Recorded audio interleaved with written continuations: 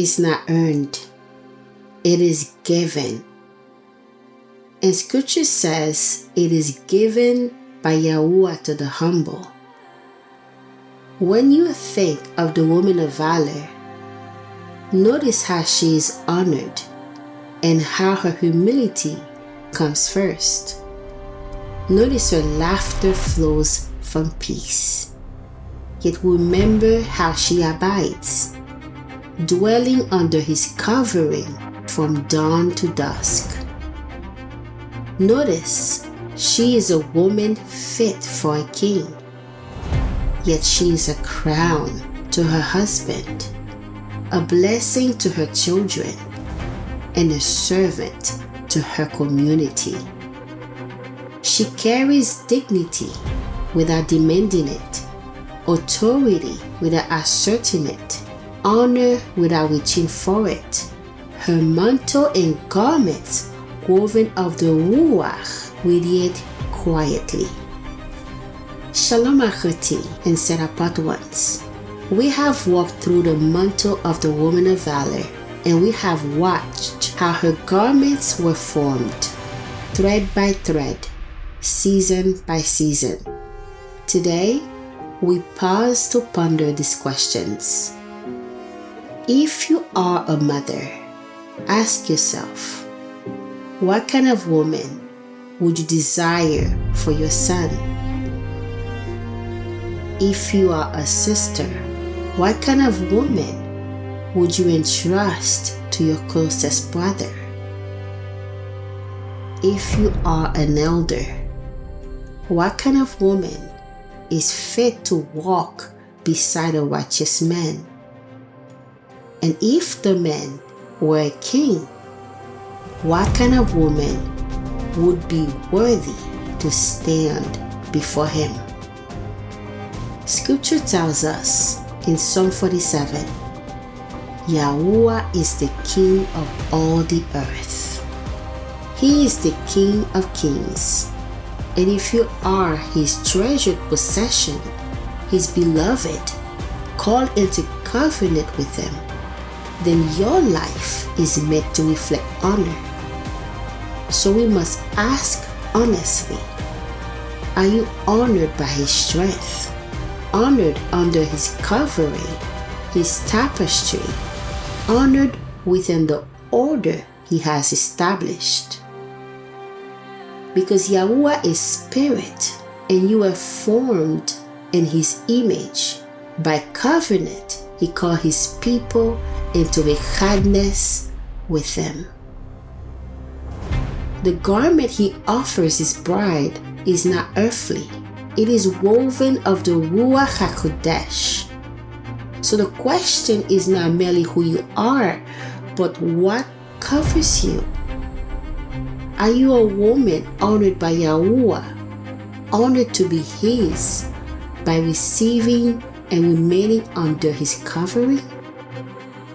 If you desire that honor, this episode is for you. Because this journey began with a question spoken into the garden. Who told you that you were naked? Not a question of cloth, but a voice of covering. For the human heart is always being clothed either by the voice of YaHUaH or by another voice that imitates him. And so we returned to the mantle, the word upon the mouth, the breath wrapped around Torah, the steady Hadar of a woman whose lips refused to depart from his instruction. From that mantle, garments were woven. Garment 1, endurance, strength, fastened to the core. Garment 2, covering, a house clothed before the snow. Garment 3, order, layers of tapestry, linen and purple, declaring approach and stewardship. And now we arrive at the final garment, the one that marks her as established, the kind of woman that can be trusted with a household, with a community, with legacy, and even with a crown. Today we are asking, what has been woven into her? The garment that proves she is no longer ruled by fear, nor by the coming day. This is the final garment of the woman of valor, and this is where we begin. Oz ve'adar Levushah ve'tizchak leyom acharon. Strength and honor her clothing, and she shall rejoice in time to come. The verse began with Oz. This is not surface strength. It is the strength of one who is fastened to a strong source. It is the covering she fastened, the clarity she chooses, the truth she binds around her waist. Oz is firmness, strength that holds under weight, strength that remains when the day presses, strength that does not swing with emotion, because it is secured by covering. This is how it is formed in a woman of valor, not by force, but by remaining beneath the mantle of the word, because what YaHUaH covers, he sustains, and what he sustains, he strengthens. Then scripture said, Hadar. Hadar is often translated beauty, but not vanity beauty. It is dignity, nobility, the quiet weight of honor. Hadar is the radiance that comes from right order. It is the inner beauty of a woman who does not announce herself, yet quietly fills the room. In the letters we see it. Hey, breath, revelation, behold. Dalet, a doorway, a pathway, movement in and out. Resh, headship, authority, governance. This garment reveals that order stands at the doorway of her heart. She is a woman whose thoughts are fixed on what is true, whose mouth is gentle, whose steps are ordered. Hadar is what happens when righteousness becomes visible, not to be seen, but because light does not hide what is true. This garment upon her is the radiance of righteousness.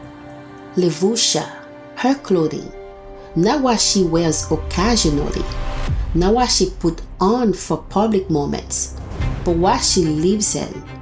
This is crucial. Her clothing is a state.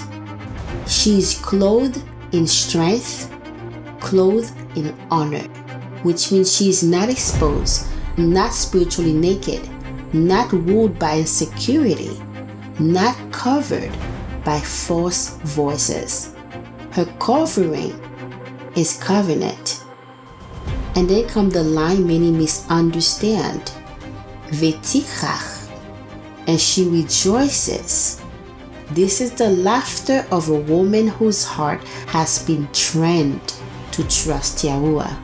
A woman who has learned the difference between wind and ruach, noise and revelation, panic and instruction, sacrifice and obedience. Her laughter is not loud. It does not announce itself. It is a quiet fruit of shalom. Leyom acharon.